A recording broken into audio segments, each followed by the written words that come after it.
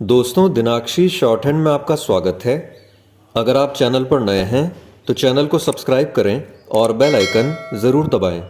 Dictation 5 second बाद start होगी। Ready, start. आखिरकार एनआईए की एक अदालत ने आतंकी यासीन मलिक को आतंक से जुड़े विभिन्न मामलों में दोषी करार देते हुए उम्र कैद की सजा सुना दी, लेकिन उसे उसके किए की सजा देने में ज़रूरत से ज़्यादा जो देरी हुई वह कई गंभीर सवाल खड़े करती है। ये सवाल आतंकवाद से लड़ने में हमारी प्रतिबद्धता की कमजोरी ही बयान करते हैं। यासीन मलिक ने जैसे एनआईए अदालत के समक्ष आतंकी फंडिंग के मामले में अपने पर लगे आरोपों को स्वीकार किया, वैसे ही एक समय उसने यह माना था कि जम्मू कश्मीर लिबरेशन फ्रंट के एरिया कमांडर के रूप में उसने वायुसेना के 4 जवानों को मारा था और वीपी सिंह सरकार के समय गृह मंत्री रहे मुफ्ती मोहम्मद सईद की बेटी का अपहरण भी किया था। इसके बावजूद वह कुछ समय ही जेल में रहा। किन्हीं अज्ञात कारणों से 1994 में वह जेल से बाहर आ गया। जेल से बाहर आकर उसने खुद को गांधीवादी कहना शुरू कर दिया। हैरानी की बात यह रही कि कश्मीर से लेकर दिल्ली तक कई प्रभावशाली लोग उसे सचमुच गांधीवादी बताने में जुट गए।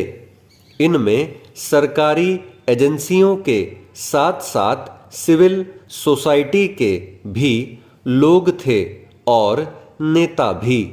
उसे न केवल विभिन्न मंचों पर शांति के मसीहा के रूप में आमंत्रित किया जाने लगा, बल्कि युवाओं के लिए प्रेरणा स्रोत भी कहा जाने लगा।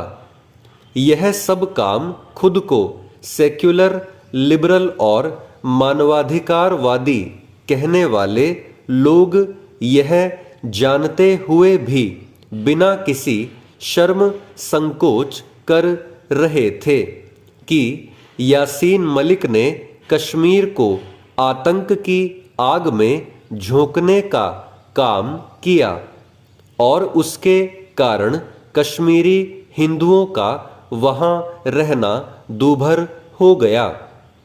हर तरह की आतंकी गतिविधियों में लिप्त होने के बावजूद यासीन मलिक का जिस तरह महिमा मंडन किया गया, उसका परिणाम यह हुआ कि सत्ता के शीर्ष पर बैठे लोग भी उस पर मेहरबान हो गए। वे उससे मेल मुलाकात करने लगे। उसके अतीत की अनदेखी कर उसे पासपोर्ट दे दिया गया और पता नहीं किसकी आर्थिक मदद से वह अमेरिका, ब्रिटेन, पाकिस्तान की यात्रा करने लगा। इससे एक ओर जहां कश्मीर में सक्रिय आतंकियों को बल मिलने लगा, वहीं आतंकवाद से लड़ने में भारत का संकल्प भी थोथा दिखने लगा। यह सही समय है कि उन सबकी पहचान की जाए जिनके चलते एक आतंकी का गुणगान करने के साथ कश्मीरी हिंदुओं के जख्मों पर नमक छिड़का जाता रहा। ध्यान रहे कि इनमें वे लोग भी हैं जिनका काम आतंकवाद से लड़ना था। यह ठीक है कि मोदी सरकार के सत्ता में आने के बाद यासीन मलिक फिर से जेल पहुंचा और उसके खिलाफ अदालती कार्यवाही शुरू हुई, लेकिन इसकी अनदेखी नहीं की जा सकती कि इसमें भी अच्छा खासा समय लग गया। चेंज। बिहार में उच्च शिक्षा के विस्तार और गुणवत्ता सुधार की दिशा में लगातार प्रयास के बावजूद अपेक्षित परिणाम नहीं मिलना चिंताजनक है। यह अच्छी बात है कि अब विश्वविद्यालयों व अंगीभूत महाविद्यालयों का आंतरिक मूल्यांकन कराकर एक कॉमन डाटाबेस तैयार करने का निर्णय लिया गया है।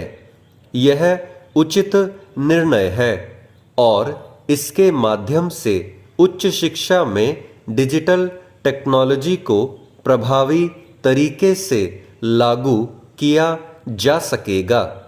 इसके लिए जल्द उच्च शिक्षा निदेशालय में एकीकृत प्रबंधन सूचना प्रणाली स्थापित की जा रही है।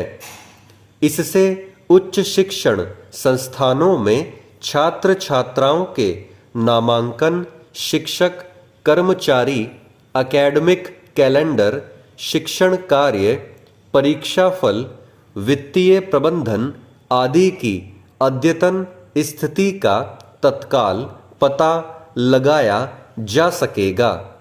पारदर्शिता एवं प्रभावी नियंत्रण के लिए यह व्यवस्था आवश्यक है। इसे मूर्त रूप देने का प्रयास किया जाना चाहिए। इसके साथ ही विश्वविद्यालय अनुदान आयोग के उन दिशा निर्देशों का भी अनुपालन होना चाहिए जो उच्च शिक्षण संस्थानों में पढ़ाई के साथ शारीरिक फिटनेस को बढ़ावा देने के लिए जारी किए गए हैं। इसमें विश्वविद्यालय परिसरों में जीवंत माहौल, खेल गतिविधियों में हर विद्यार्थी की हिस्सेदारी, मानसिक तनाव व भावनात्मक समस्याओं से जुड़े प्रबंधन आदि के लिए छात्र सेवा केंद्रों का विकास सुनिश्चित करना शामिल है। बेहतर परिणाम के लिए इसे यथाशीघ्र धरातल पर उतारने की जरूरत है। यह देखना होगा कि उच्च शिक्षण संस्थानों में इन सबके लिए मानव संसाधन व बुनियादी ढांचा मौजूद होने के बावजूद अधिसंख्य में शारीरिक गतिविधियां अनिवार्य क्यों नहीं हैं।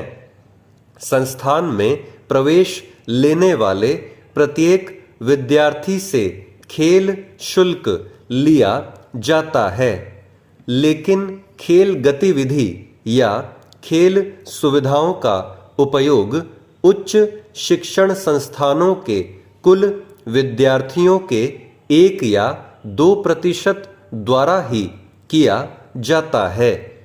विश्वविद्यालयों और कॉलेजों में शारीरिक व खेल गतिविधियों को बढ़ावा देने से विद्यार्थियों पर इसका सकारात्मक प्रभाव पड़ने के साथ परिसर जीवंत हो उठेगा।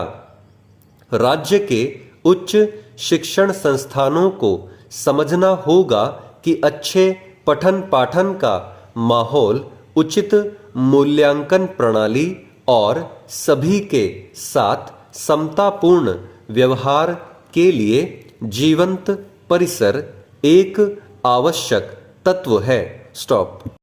दोस्तों, डिक्टेशन अच्छा लगा हो तो वीडियो को लाइक और शेयर करें और चैनल को सब्सक्राइब करके बेल आइकन जरूर दबाएं।